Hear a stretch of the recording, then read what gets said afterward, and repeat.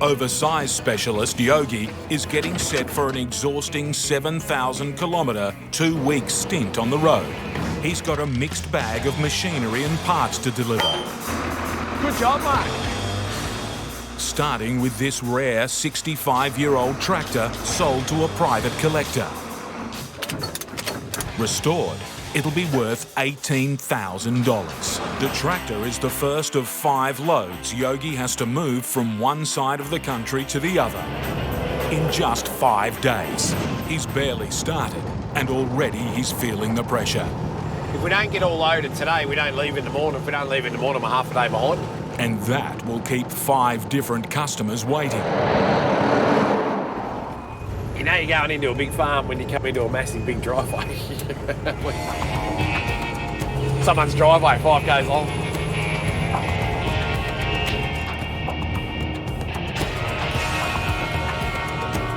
Yogi's here to pick up a hay bale stacker. Trying to find the machine.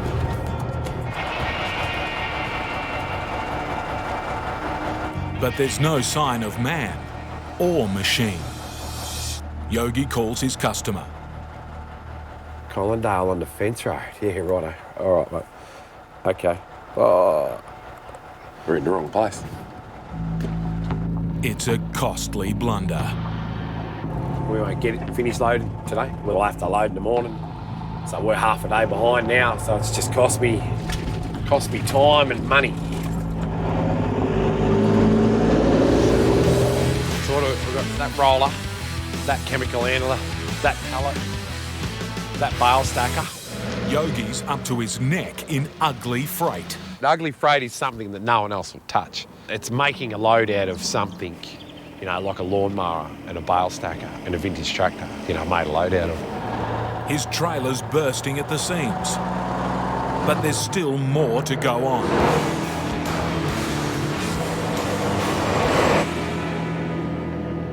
So right, we're back on the game face. We're just coming into Esperance now. I've got two pallets to chuck on here. One's a motor and one's a windscreen. It looks well packed, but this windscreen for a harvester has got Yogi rattled. Now, if it doesn't sit there and starts flapping around a bit, we've got a bit of problem.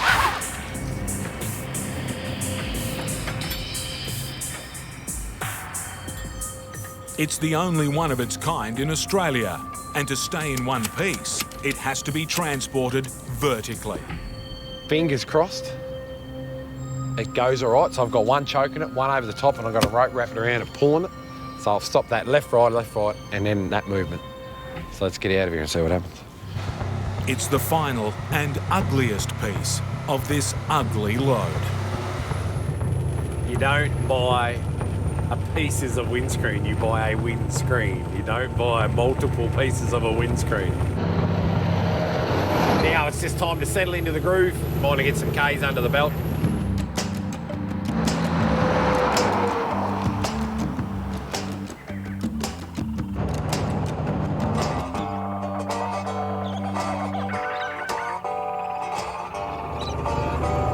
As long as I don't turn in front of you.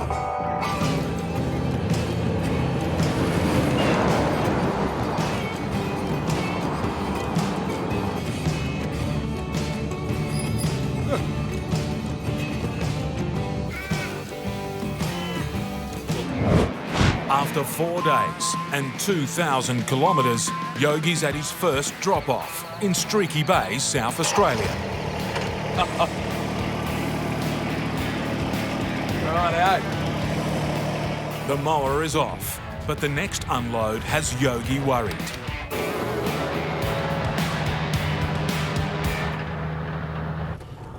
Righto, moment of truth. Let's go and unload the windscreen. Yogi will only know the fate of this one-of-a-kind windscreen when he opens the box. Righto. It's about 5 degrees here this morning. I'm sweating.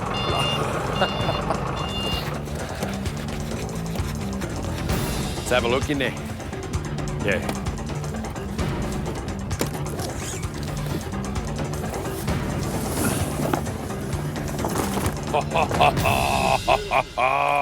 It's happy days.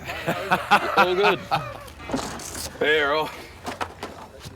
delivery number 2, safe and sound. Number 3, a crop roller is next. Now this will roll, mate. This is going to roll. Righto. Another one done. So this next drop we've got is on South Road in Adelaide. South Road is one of Adelaide's busiest streets. I'm a little bit concerned that we might end up just blocking a lane. Yogi will be unloading on the side of the road in rush hour traffic. South Road. We want South Road.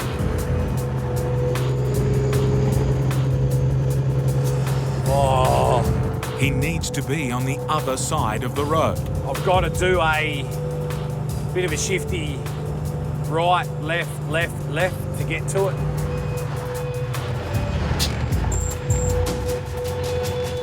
This looks a little bit blocked up, doesn't it?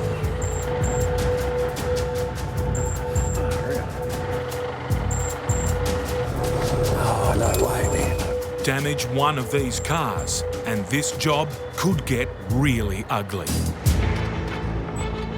Geez, they make it hard here, I tell you.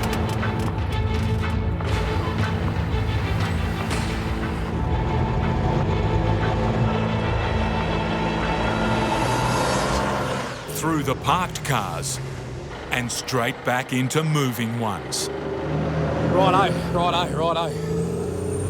Trickiest bit of the unload, we're going to have to block South Street.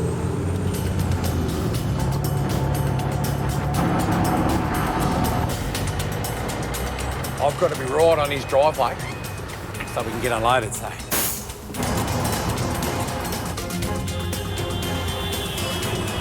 He has to be quick. It's a small delivery, but Yogi's big truck is now blocking a lane. Righto.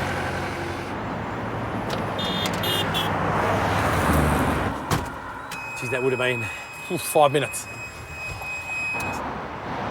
Making money delivering multiple loads to multiple customers isn't easy. Don't want to hold anyone up, you know, so you just got to work. Got to work quick, got to work smart, got to work, you know, efficient. It's out of South Australia and into Victoria for Yogi's final deliveries.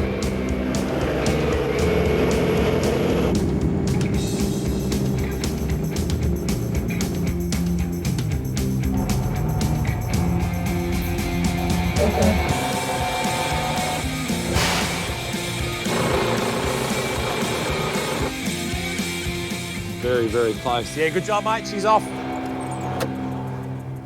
I'm super excited now. We're getting close to finishing, so means close to getting to see my family. Just 300 kilometres away are his mum and dad, and Yogi's planned a surprise visit.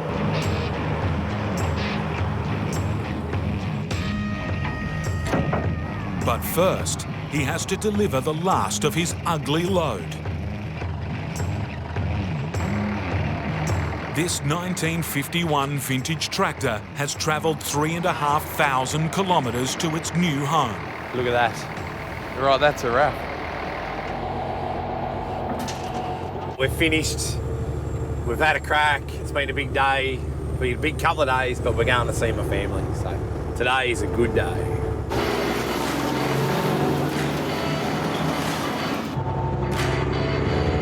There's one final drop-off before he can say job done. His laundry at his mum's. Is she up? Stupid 3.5 hours a cut. Yay! There you go. Hello. Just as well I finish my washing, isn't it? Hello, Glenn. No, there you go. Good to see you. Good to see you. Oh, someone else knows you're in town. Is that Dad? Robbie Mackay and his team are preparing for one of the most challenging jobs in their company's 7,000 house move history. A 700-kilometre haul with a fragile timber house. So big, it needs 2 trucks. The house itself is 8 metres wide, 20 metres long.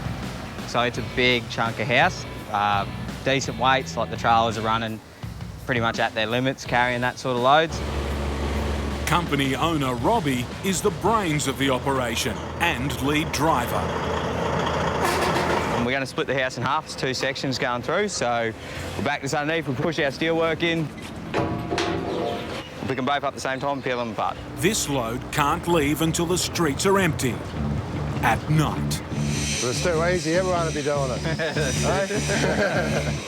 2 a.m.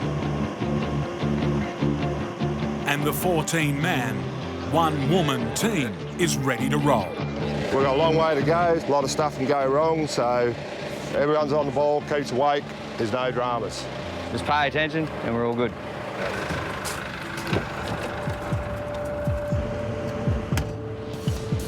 Two police escorts, 2 loaded trucks, 3 pilot cars and 2 maintenance vans. The 9-vehicle convoy stretches almost half a kilometre. But all eyes are on Robbie and Shane. Longer than a tennis court and wider than 4 family cars. Hazards lurk around every corner. Through signs and round streets and under wires, and there's obstacles everywhere. All right, mate. All right. A lot of dangerous sort of things. It's just got to be aware of everything, you know. A low bridge. Go rolling slow. All right, mate. 6 inches. Be all right, keep it rolling.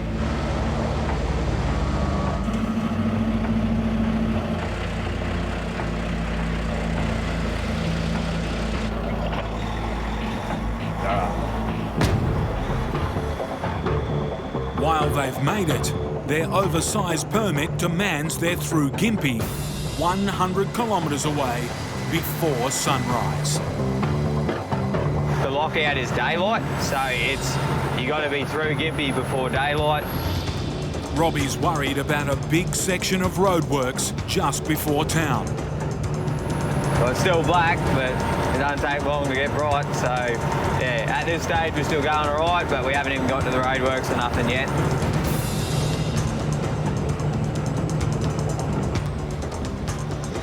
"30 minutes before sunup, signs of the roadworks ahead. When suddenly, the truck's engine is screaming.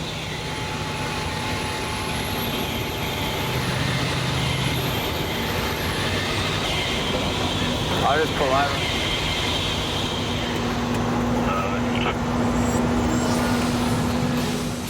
The timing couldn't be worse. Oh, is it the fan? Robbie and Shane's truck has big problems. The engine's cooling fan is broken. We just done a fan belt, and the fan belt's come off, and it's gone into the actual fan itself, with the clutch in it. Drop it. There's no time for repairs. I'll radio him. Unhook your truck and bring it up here. Doing it now. The only option, put less strain on the broken truck. This truck's all right to drive, but not far, and not carrying this. So basically what we're going to do is we're going to unhook this truck, unhook the truck at the back piece. I'm going to hook the back truck up to this, and this truck up to the back piece because it's only tiny. With sunrise and their curfew now only minutes away, the pressure's on. The thermofan won't work. Yep. We're not at Gympie yet, and as you can see, it's getting daylight real quick, so we definitely need to hurry up and sort this out.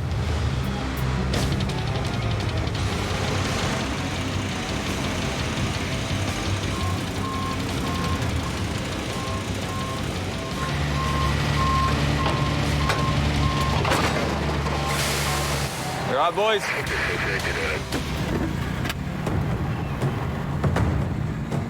The sun is now up. Yeah, she's pretty daylight, so... The police are within their power to stop this move right now. We'll just keep going over. The coppers don't say nothing. They're good coppers. Hopefully they'll let us keep going, so... As for the damaged truck, jumping on the wrong side, Jimmy. Robbie sends it off to a local mechanic. You're overtaking us where we can keep going. Yep. On the other side of town, mate, there's a truck shop. Just pull over there. Without it fixed, the house will be minus a wall and a veranda. Robbie and Shane are now well into Gympie. From the police, it's been sweet silence. We're going to Gympie and it's daylight, so it's all good. They can't stop us now, so...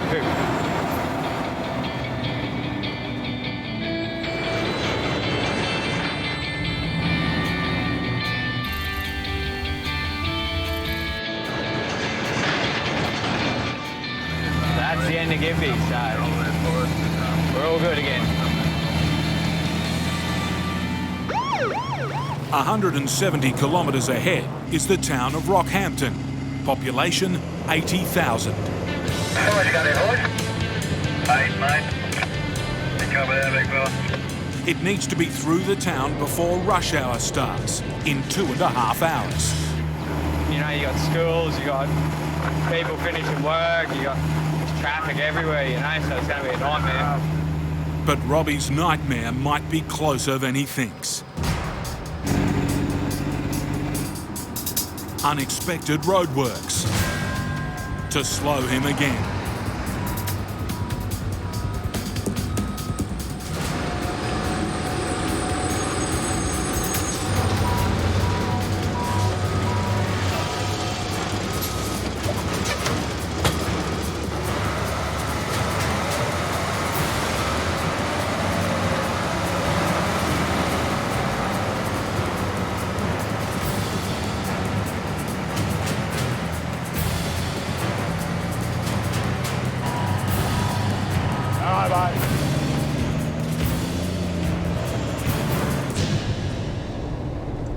If Robbie's to make the curfew, he needs a clear run from here.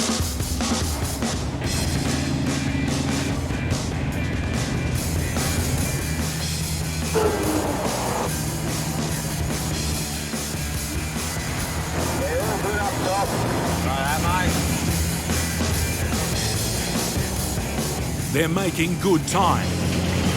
60 kilometres to go. 1 hour left. But up ahead, We're pulling up as much as we can. another road crew. More hold-ups, so...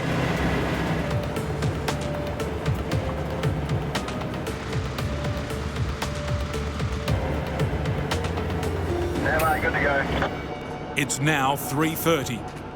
The house movers have 30 minutes to drive 20 kilometres and get through Rockhampton before the police shut them down. Yeah, time's getting away. Now we really got to push it.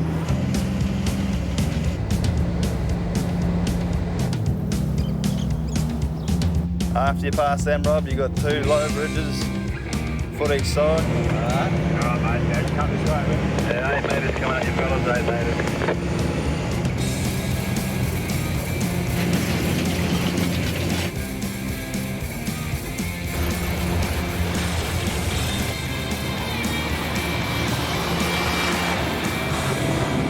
Just about in Rocky. So. They've made it in. Now to make it out. Yeah, over here a bit. Yeah, if you ride at that, straight through that for a bit. The house is as wide as a tennis court. And at 5.2 metres, it's almost 2 stories high. Don't forget the peak of the house, the one side of it. Let's go steady. Hang on. All right, mate.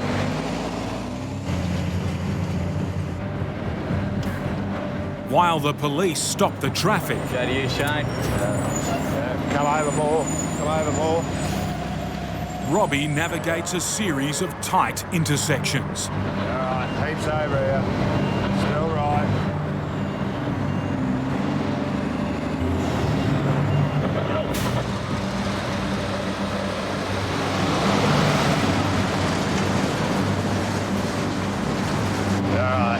Back over to me. All right, still right. Yeppoon's the next town, basically. So we turn right to go towards Yeppoon. It's a coastal town. It's the last turn out of town, but it's the tightest. Yeah. We wanted to take that slip lane. All 4 directions of traffic have been stopped, but there's still not enough room to make the turn. Is there anything behind me? Back up so I can get across that slip lane. I'll cut through this paddock here. I'll just turn straight over this island. Yeah.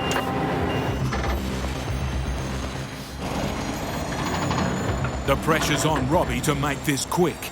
Traffic's backing up and drivers are getting frustrated. We head out just as from Toowoomba to Torben Lee. We head to dirt at night time and you have to be off the road by 7 o'clock. That's right, Bob, because you are in the middle of town. Once you are out in the country area, you are only allowed to travel daylight hours. Robbie's got to stay focused and get on with the job.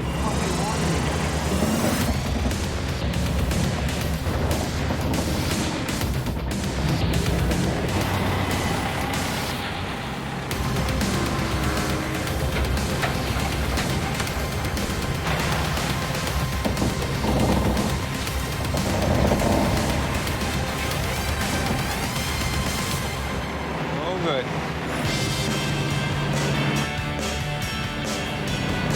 Straight to that. One last corner. Yeah, mate. And this monster move is over. The second section of the house is still 100 kilometres away. We're still waiting on the other half, so there'll be a couple of hours yet. But it's here, that's the main thing, so all's well that ends well. Jason's office is the remote outback, where the farms are massive. There's one property out here. When he leaves his house to get to his back boundary, it's 200 kilometres.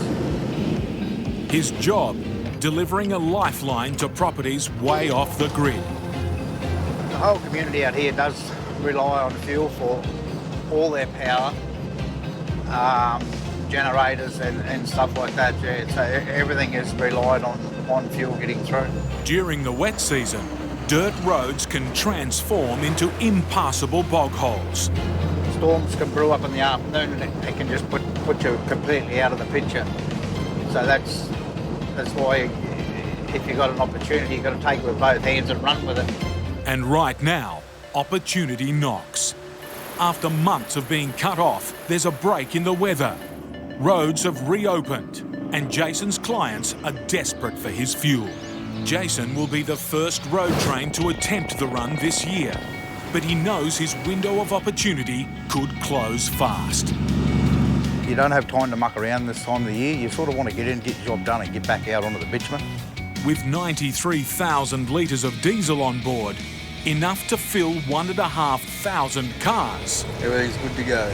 Jason needs to get moving. One thunderstorm and this diesel Mercy Dash could be delayed for weeks.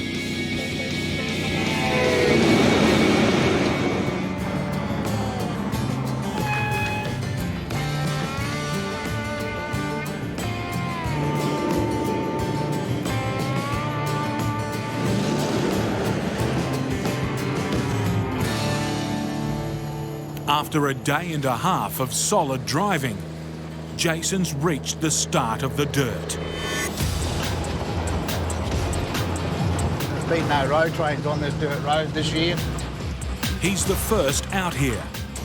For 53 metres of road train, this is uncharted territory. Even though we've got dust still blowing up behind us, underneath it's still moist. We should be fine as long as you don't break through. But up ahead, a damaged section, where another vehicle has broken through. Got a little bit of a dark section up here on the road. It could be a bit of a wet spot. Slow down now, and Jason risks getting bogged. Time to floor it. As long as you keep your momentum going.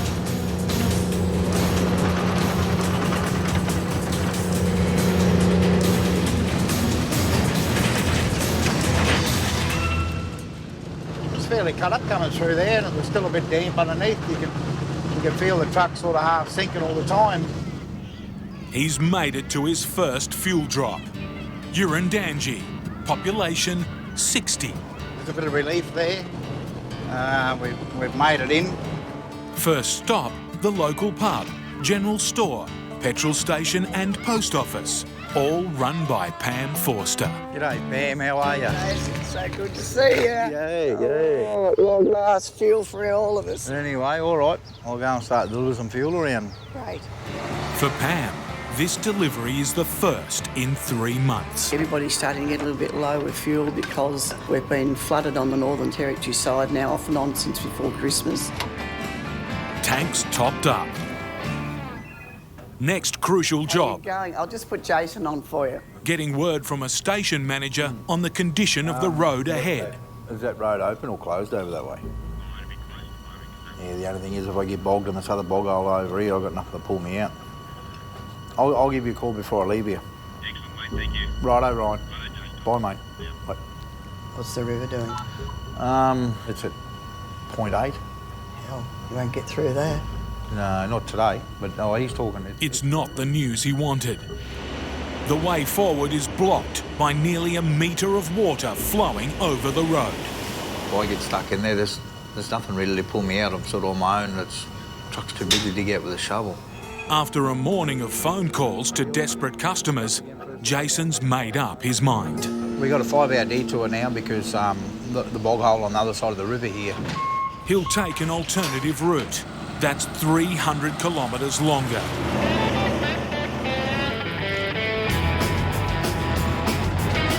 At the end of this detour, there's another river crossing.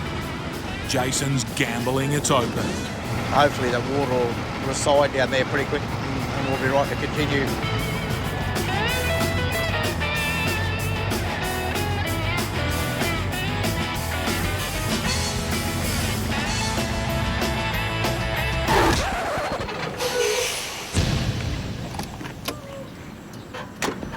The local council have declared the road ahead impassable. There's still water over the bridge up there, mate. Is there? Yeah, mate. Jason's long shot has turned into another long wait. It's no use ringing everybody and worrying everybody, that's for sure. So you just sit and you just wait. That's all you can do, mate. After waiting and wasting 4 hours, finally, his luck has changed.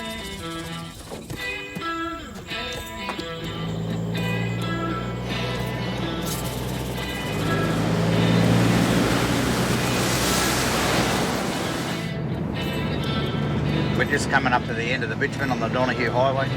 Say goodbye to our hard black stuff and come over to the different coloured rough stuff. He's on the dirt, and for the first time in 3 days, there's not a cloud in the sky. Jason can start thinking about offloading some fuel. The first delivery we'll do will probably be about 6 hours' time. But just as he's settling into a long, straight drive, Yeah, got you, buddy. news from a council worker.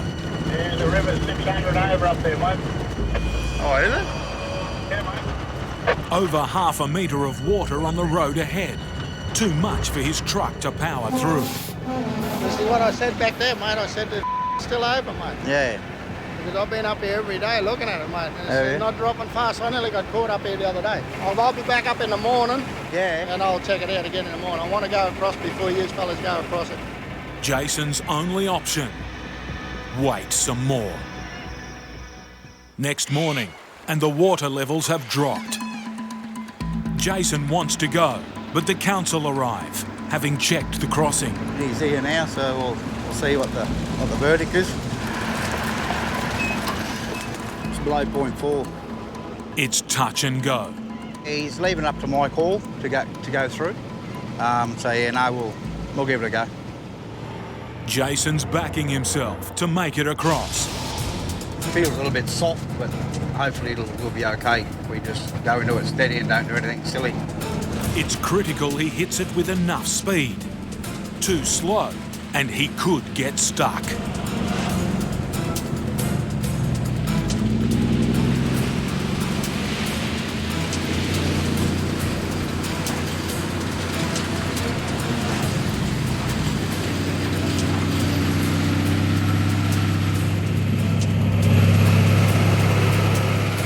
On the slippery climb out of the river,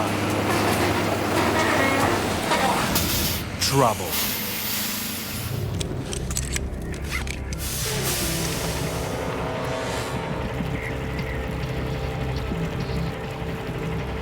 See, all this water up here is from people racing through here fast in cars, carting the water up the bank. But I come through too slow. If I come through with a bit more pace.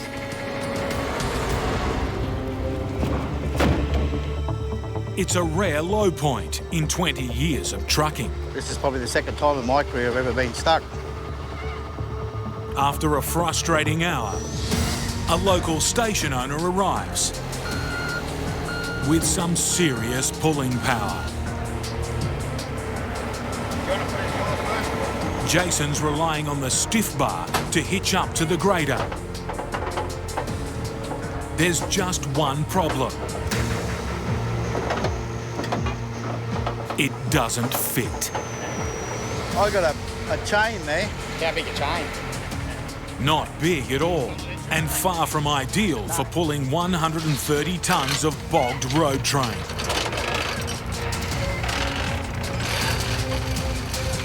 If it snaps, Jason will have run out of options.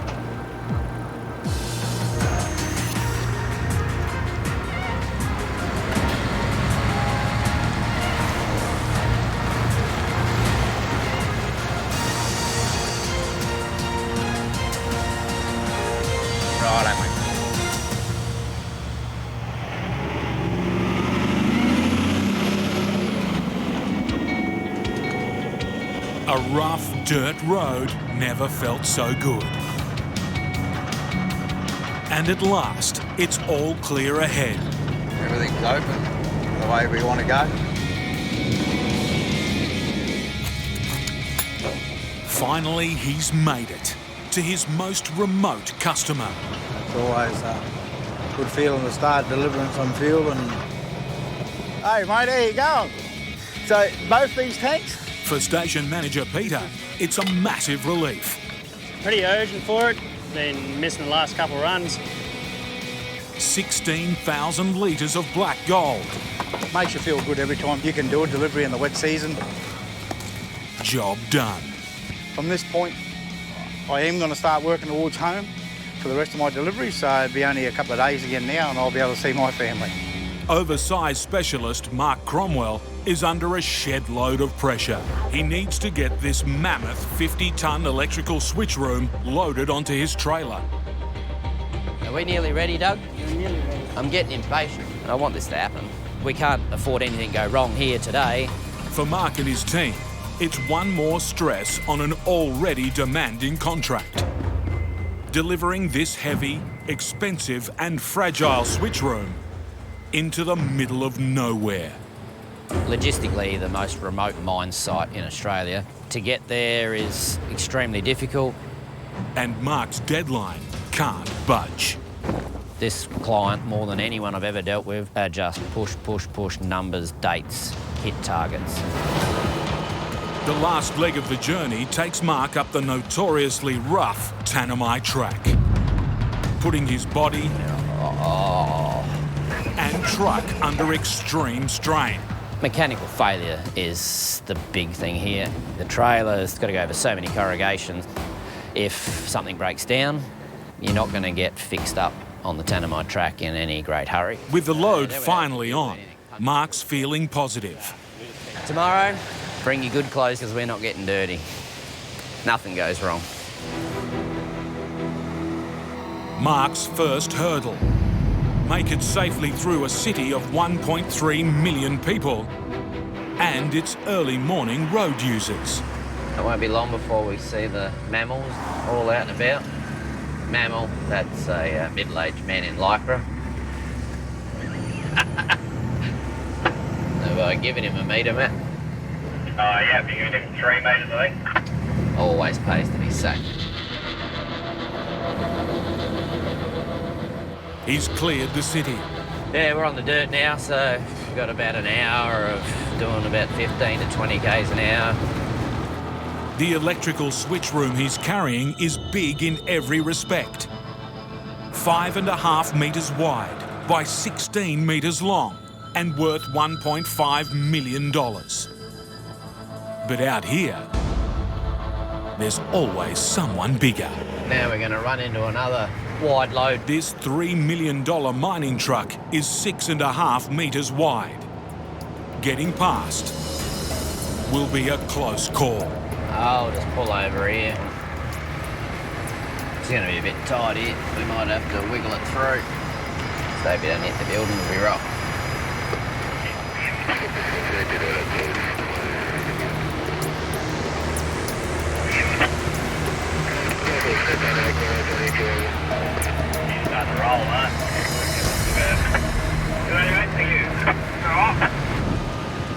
With one massive obstacle behind him, Mark hits a precious stretch of bitumen. The Stewart Highway is the only sealed road through the middle of Australia, a vital lifeline between north and south, with trucks pounding it 24/7. And hot on Mark's heels, a fuel tanker in a hurry. So we're going to hold our line. He doesn't want us going all over the road left and right. He wants us nice and straight. There's only 2.5 metres of road to spare, the exact width of the truck.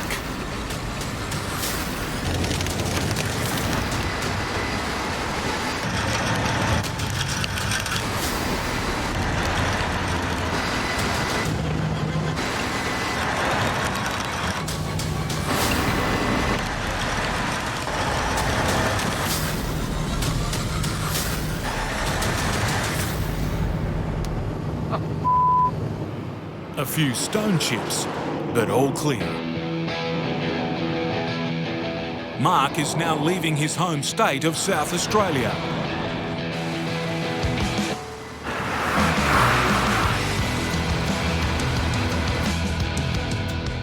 But before he can go any further, he must clear a heavy vehicle checkpoint. We've got to weigh every axle on this truck. Every measurement gets measured up. They've got to sign off the permit. And it all can be turned on its head, you know, just based on someone's interpretation of that permit, the way it's worded.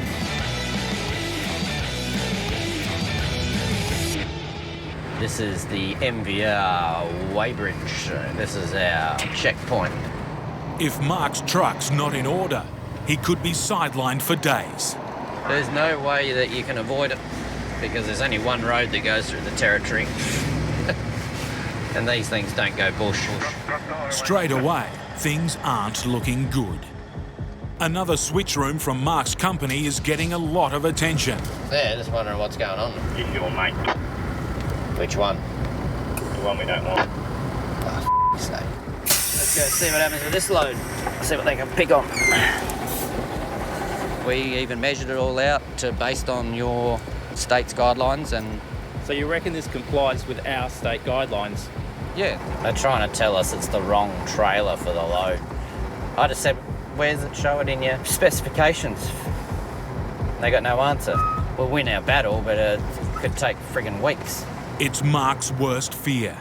On an urgent job, for a demanding customer, he's now facing a very long delay. The client's going to be shitty because they're going to say you haven't managed this properly. Yeah, well, I'll have a look at After a frustrating wait, the decision.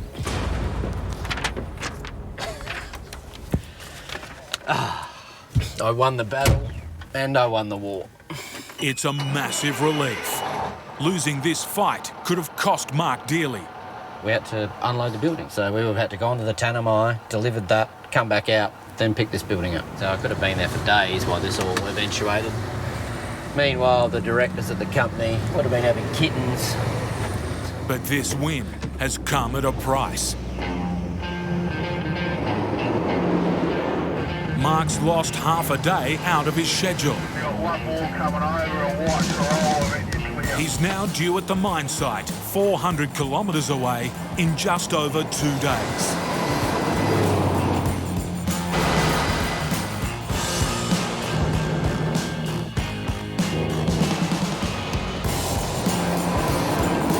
That's possible on the bitumen. Now the mental torture starts. But mission impossible on this dirt. It's the infamous Tanami track. These are just notoriously the worst corrugations in the country. They're not uniform, they sort of are all off skew, and it just shakes the truck left and right and makes everything bounce. In the switch room, Mark has $1.5 million worth of fragile circuitry he must deliver in working order. He's reduced to a crawl. I was hoping for around about a 10k average, but at the minute I can't even get above 5 or 6. So now I've realised that we could actually walk there faster.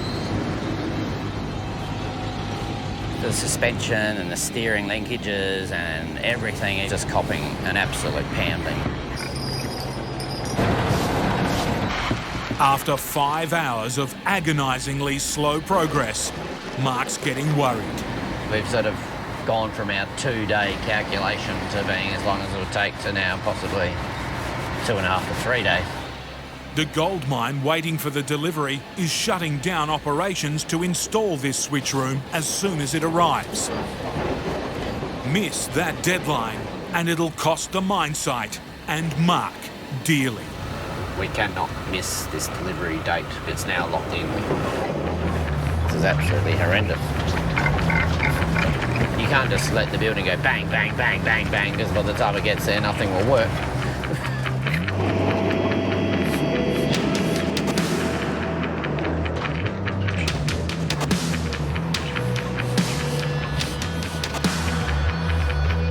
A day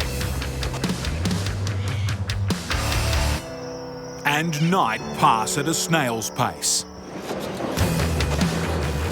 By the following afternoon, Mark's losing hope. There is zero fat in our schedule. In fact, we are behind schedule and we're never going to get it back. Just one option remains to make up time. You can see where the trucks are been driving right up on the shoulder of the road, just trying to get as far up out of the corrugation as possible. Driving on the soft shoulder may be faster, but it's a path fraught with danger.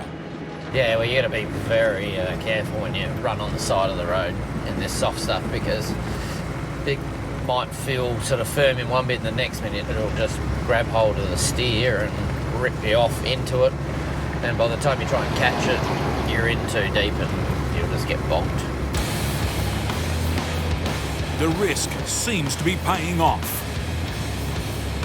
At least there's no real corrugation up here, and so we're getting an extremely smooth ride and double the speed. Oh no. We're in a world of trouble. They got bugged. That's exactly what I was talking about. Rookie mistake there. The whole lot's bogged. It's plugged. 6 o'clock at night, just daydreaming. And the minute I felt it, it was too late. Mark was trying to save time by driving along the soft shoulder of the road. Now it's costing more. The time I was trying to gain, I would have now added to it, so. Getting 50 tonnes of freight out of this bog will take a lot of grunt. Hopefully 1 stiff bar. And 600 more horsepower is enough. Give me a little reverse. Yep.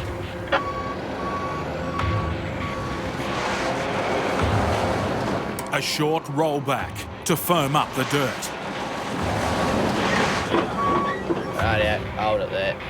Now, the moment of truth. Righto, Mark. Yeah, mate. All coming on.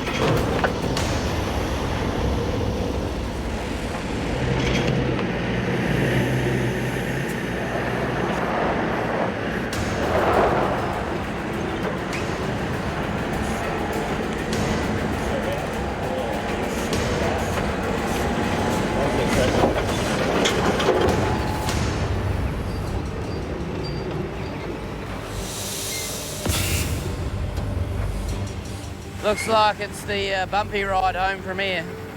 So that's a lesson to learn. Another hour wasted. But Mark knows he got off lightly. If you really plug into those things and then you break through that top surface, then you can just be in a world of pain. There is no way any truck would be able to pull this thing out. It'd have to be dug out somehow, and probably a crane to unload the building. The switch room is now one whole day behind schedule. Early next morning, the exhausted team are trying to find a way to improve the road and claw back time.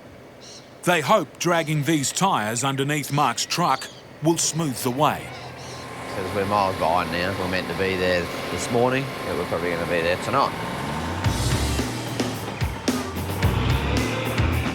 On this job, running late means big money. Out of phone range, Mark rushes ahead to call his customers. They've planned an expensive mine site shutdown to install the switch room later today. Only problem, it won't be there. I'm going to get phone service up the road to let them know what the hell's going on. While Mark delivers the bad news, offsider Matt braves the corrugations in the truck. We're not going to get there today to do the jack and pack, so he's going to have to cancel the shutdown, and hopefully they'll be able to organise it for tomorrow. But this road isn't getting any better. For the entire morning, they've barely averaged a walking pace. The truck and trailer are taking a hammering. Then suddenly... Holy shit, we've got to leave now, mate.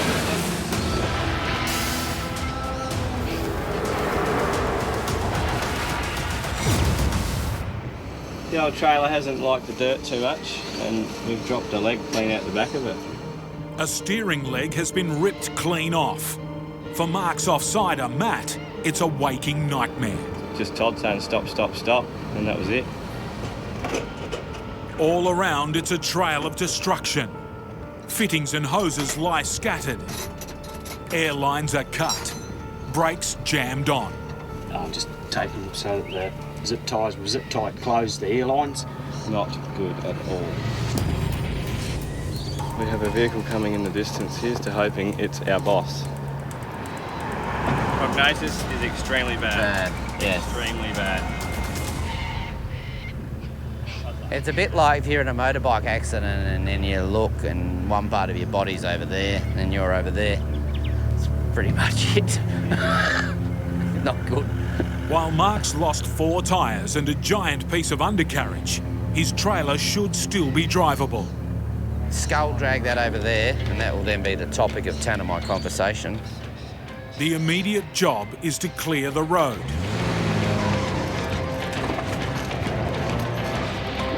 It might not be pretty, but it's effective.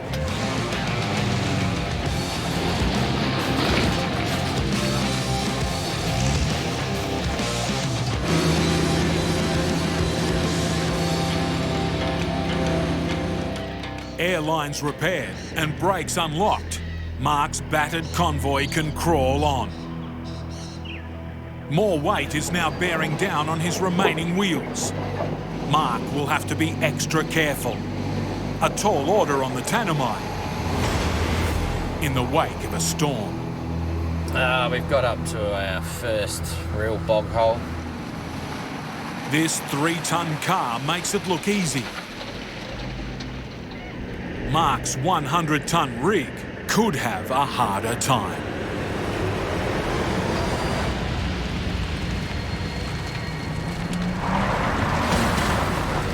And brake traction, I haven't got in it.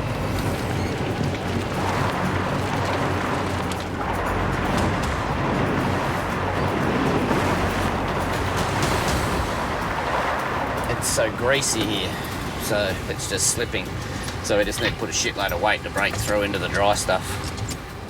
His only hope is to shift the 50-ton load forward, using the trailer's hydraulics and putting more weight on the truck's drive tyres. And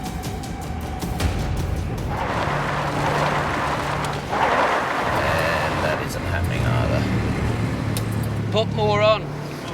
Lots more on. Maximum weight. It's now or never. That's better. He's backed out. But this 50-ton building still needs to plough through.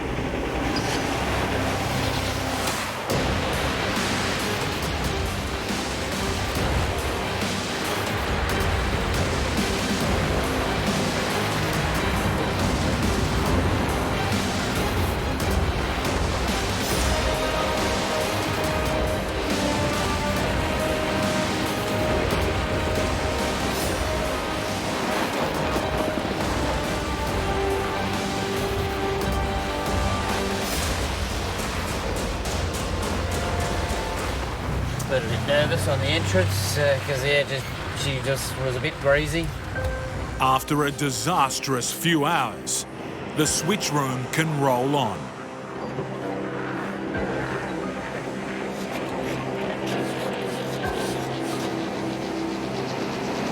So after 260 kilometres, we're down to the last 10 kilometres of the trip. But the Tanami isn't done with Mark yet. Unfortunately, it's the worst 10 kilometres of the whole trip. She's going to give it final battle. It does not want this building to get there. At last, a sight for sore eyes. The gold mine is only a few hundred metres away. Just past this quagmire. Right before the turn-off, there's a great big bog hole. If we get bogged here, this is going to be embarrassing.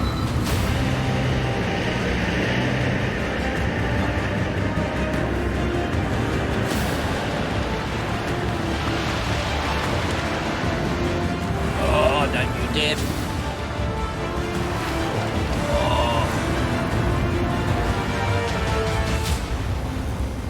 After 6 days of trucking torture, he's made it.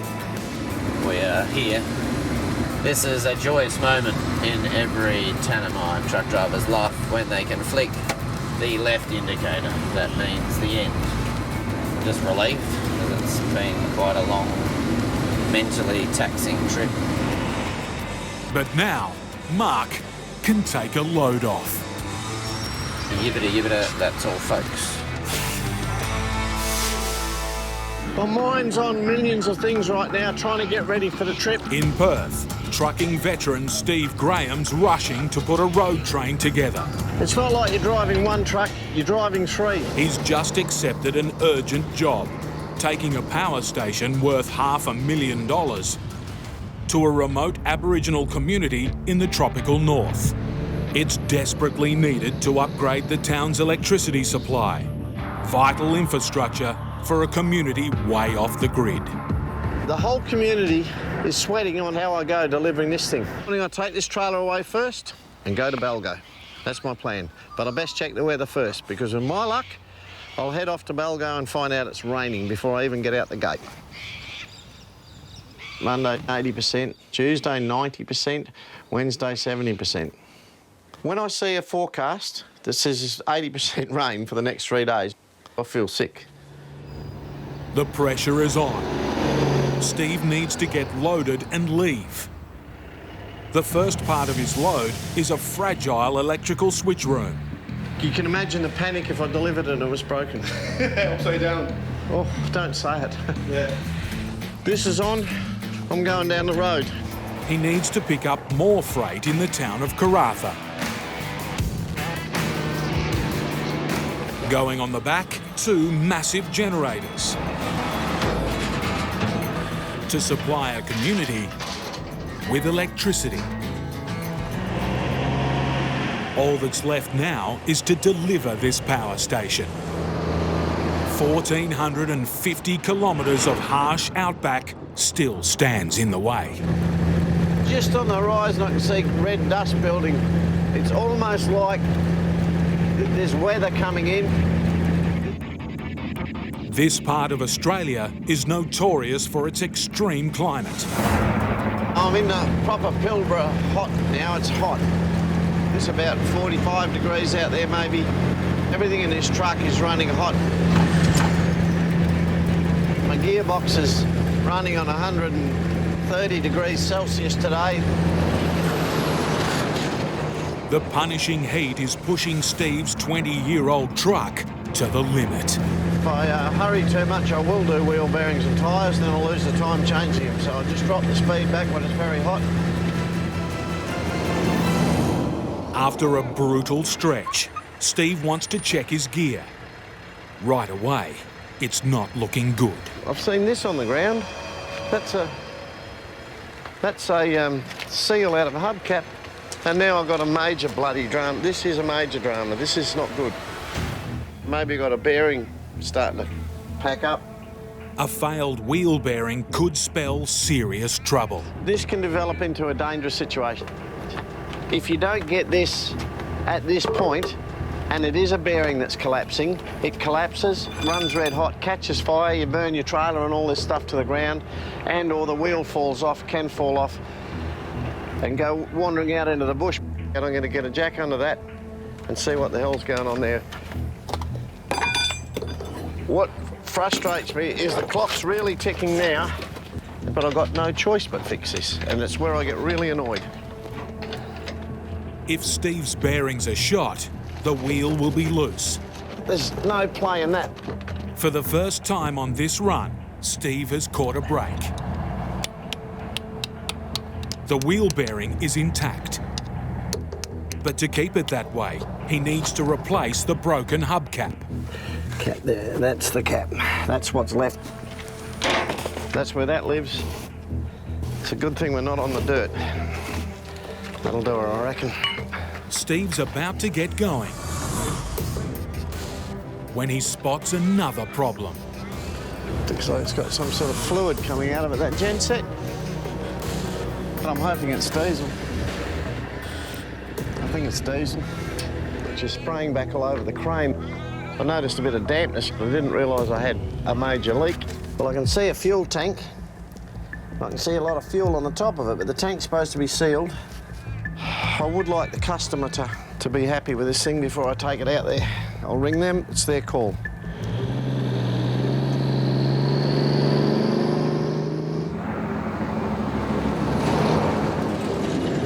I want my client to meet me up here at the roadhouse and assess their equipment at this point in time. I want them to be happy in their mind to send me out there with these units. There's no sense in turning up with it with a genset that doesn't work. That's not the plan.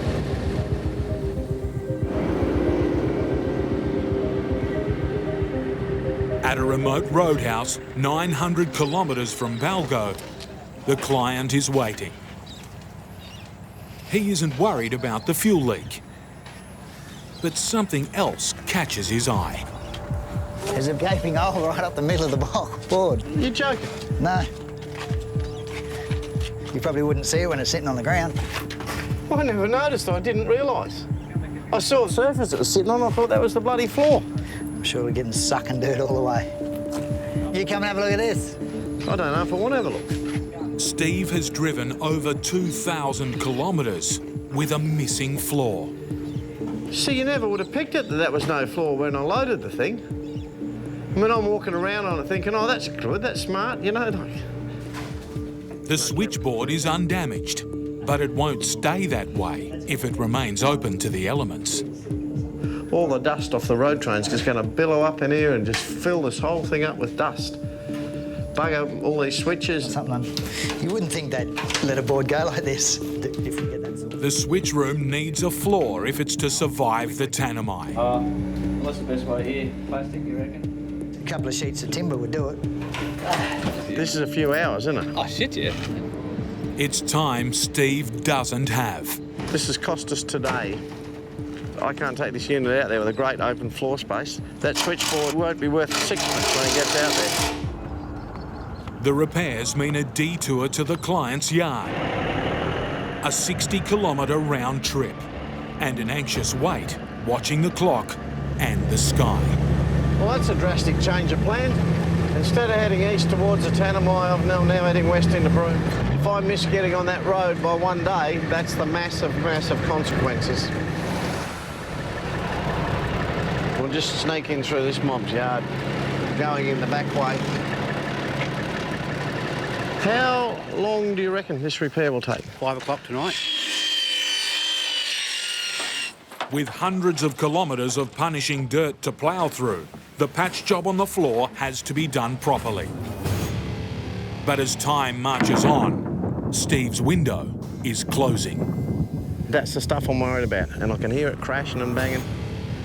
And when I leave here, that's where I'm going. Straight back out there into that.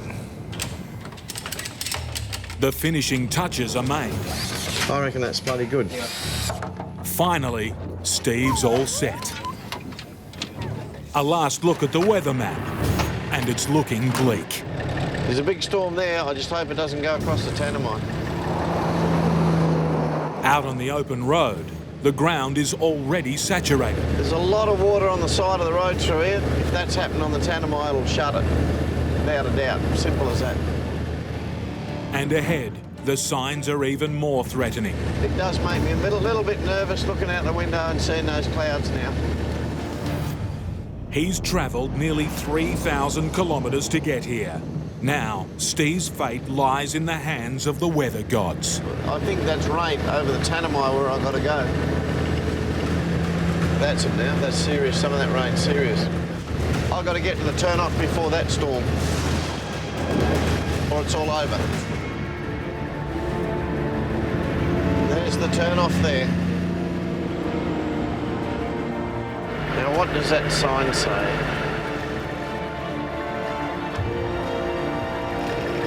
The moment of truth has come, and it is good.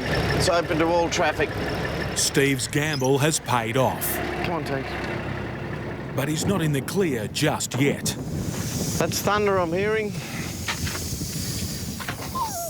It's all right, Teeny. Teeny worries about the thunder.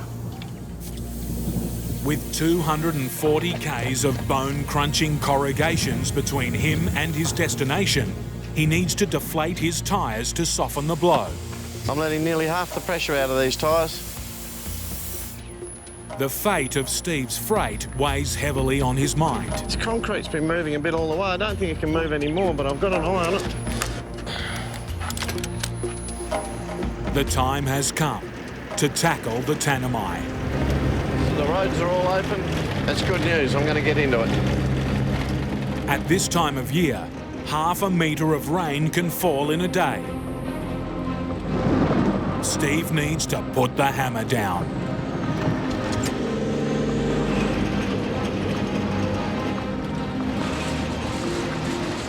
But only a few k's down the road, Steve's luck could be running out.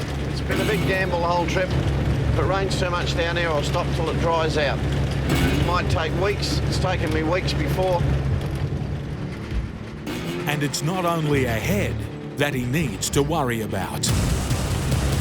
I'm about 5 kilometres into this road and it looks like I've got a drama back there with that concrete. This could be a nightmare. With the wet season imminent, there are no other truckers out here. Steve's alone.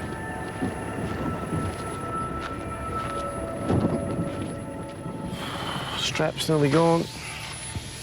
To shift these 200 kilo slabs, Steve's only option, this could be one of those loads, is his own bare hands.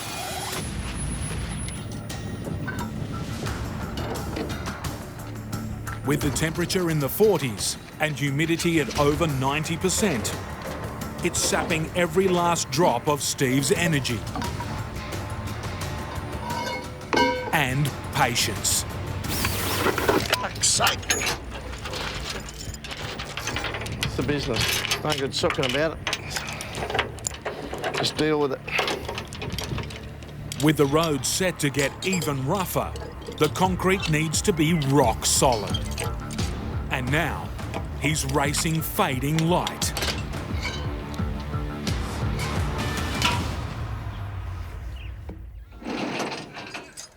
Next morning, a problem load, a damaging road, and a bad weather forecast are all troubling Steve. But you never take the Tanami lightly. You never know what you're going to get. No matter how many trips you do out this road and other roads like it, there's no getting away from the fact that this is hard, lonely country. But there's company Steve can always count on.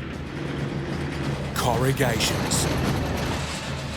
And Steve's struggling to keep a close eye on his concrete. This road's been shaken and rattled them a bit. Got no idea what's going on back there.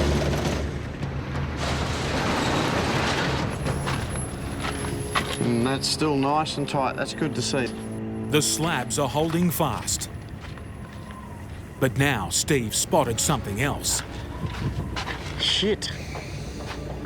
That's a problem. The diesel generator has sprung a leak. Whatever Johnny thought he plugged up in there yesterday, I don't think it's plugged up today. Damaged goods damages Steve's reputation. That is a mess. It's a blow so close to the finish line. Got 30 k's to go in there. I'm inclined to not even open that cabinet door. I'm going to go to Balgo with it and sort it out there.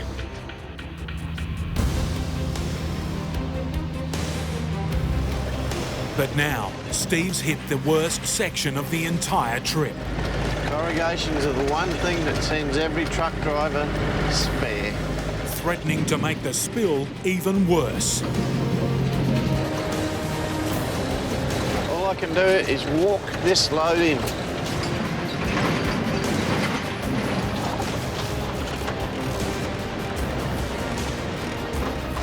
I reckon I've got the town down to about 3 kilometres now. It's feeling like an awfully long 3 kilometres. It's make or break for Steve. I'm moving up and down like this. And his freight. You can imagine what's going on back there on those trailers. All right, I'm here. After a marathon 6 days at the wheel, Steve's beaten the wet season and the Tanami and made it to Balgo. I'm a happy man. I want to have a look in here and see if I can see what the dieseline leak is. It might just be diesel venting out. I don't think there's anything to concern about. There's no major obvious hemorrhages. That's beautiful, mate. Thank you. No worries, Copper. I'm glad you got it. But there's one last check. You're going to grab a spanner, look in that container. This is when I'll go quiet.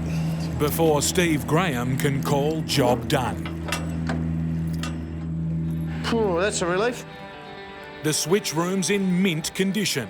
It's always a damn good feeling that it gets in and you open the door and there's a nice new switch room sitting there. Steve can start the long road home. And life for the remote community of Balgo can go on.